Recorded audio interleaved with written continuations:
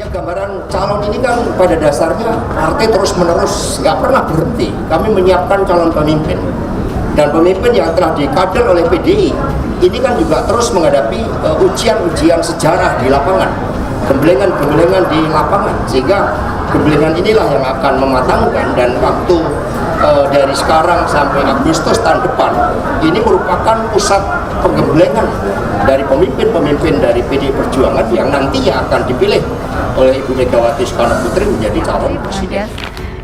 Karena sekarang ya yang ada di dalam partai di PDI Perjuangan itu kita fokus artinya mendukung pemerintahan ini supaya berjalan dengan baik ya, untuk mengatasi pandemi, dan itu adalah kebijakan perintah partai untuk semua kader-kadernya. Bahwa dinamika pilpres yang terjadi di masyarakat itu juga tentu dipantau oleh partai, dalam hal ini kader-kader partai.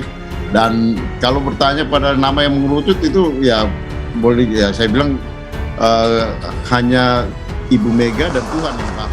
Kalian siapa yang membuat manuver keluar?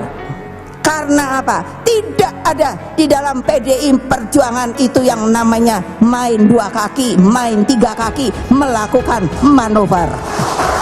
Kenapa? Karena saya diberi oleh kalian sebuah hak yang namanya hak prerogatif. Hanya ketua umum yang menentukan siapa yang akan menjadi calon presiden dari PDI Perjuangan.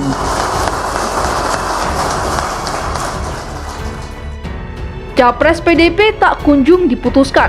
Apakah Megawati bakal turun gunung di pemilu 2024? PDIP hingga saat ini masih belum memutuskan calon presiden dan calon wakil presiden yang akan diusung pada pemilu 2024. Di tengah situasi itu, muncul wacana agar ketum PDIP, yakni Megawati Soekarno Putri, perlu turun gunung agar soliditas partai tetap terjaga. Hal ini ditanggapi pakar politik FISIP Undip, Dr. Teguh Yuwono. Ia menilai pemilu 2024 bukan lagi eranya anak Soekarno itu untuk turun gunung. Beliau itu kan tokoh bangsa. Saya kira sudah tidak waktunya lagi beliau itu harus turun gunung dan maju pada Pilpres 2024 nanti, kata Teguh menanggapi munculnya wacana Megawati Soekarno Putri turun gunung pada Pilpres 2024 nanti dalam keterangannya pada Selasa 27 Desember 2022. Selain sudah tidak waktunya lagi, kata Teguh, turun gunungnya Megawati Soekarno Putri di ajang pemilu 2024 justru akan menurunkan kewibawaannya sebagai ibu bangsa dan sebagai Presiden ke-5 Republik Indonesia. Teguh Yuwono mengatakan, jika Megawati maju dalam bursa capres pemilu 2024 itu pun akan terjadi karena satu sebab, mungkin karena suasana mentok di internal PDIP.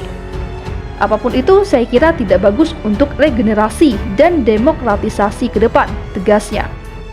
Ia juga tidak menafikan tren munculnya pemimpin senior di sejumlah negara seperti Amerika Serikat, Rusia, bahkan juga Malaysia. Namun itu mengkhawatirkan jika terjadi di Indonesia akan berdampak kurang baik terhadap regenerasi dan demokrasi. Sebab akan muncul pernyataan-pernyataan yang kurang pas. Bukan tidak mungkin nanti akan ada pertanyaan-pertanyaan. Kalau begitu, Susilo Bambang Yudhoyono bisa maju lagi.